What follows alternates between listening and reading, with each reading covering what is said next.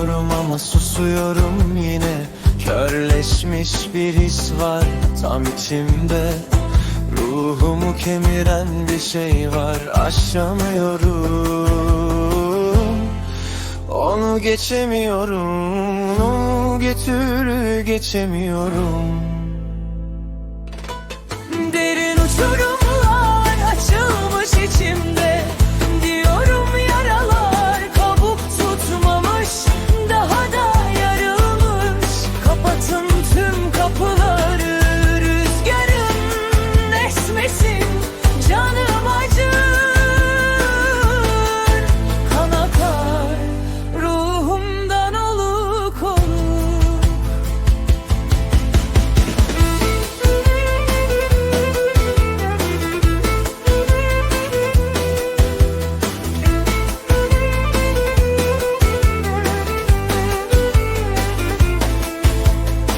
Belki ileride mi tükendi o bitmez ümitler. Şimdi nedir bu içimdeki, bu dinmeyen sızı? İşte diyorum bu benim son sözcüğüm olsun. Mühürledim artık bu karanlık, bu yorgun yazı. Yine o kadim yorgunluk çöküyor omuzlarıma.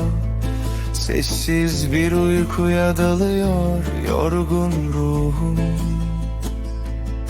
Yavaşça Çekiliyorum kendi karanlığıma. derin uçurumlar açılmış içimde. Diyorum yaralar kabuk tutmamış, daha da yarılmış. Kapatın tüm kapıları, rüzgarın esmesin, canım acır. Kan akar ruhumdan oluk oluk. Sustum Ve susuyorum. Susuyor ruhum, susuyor dünya.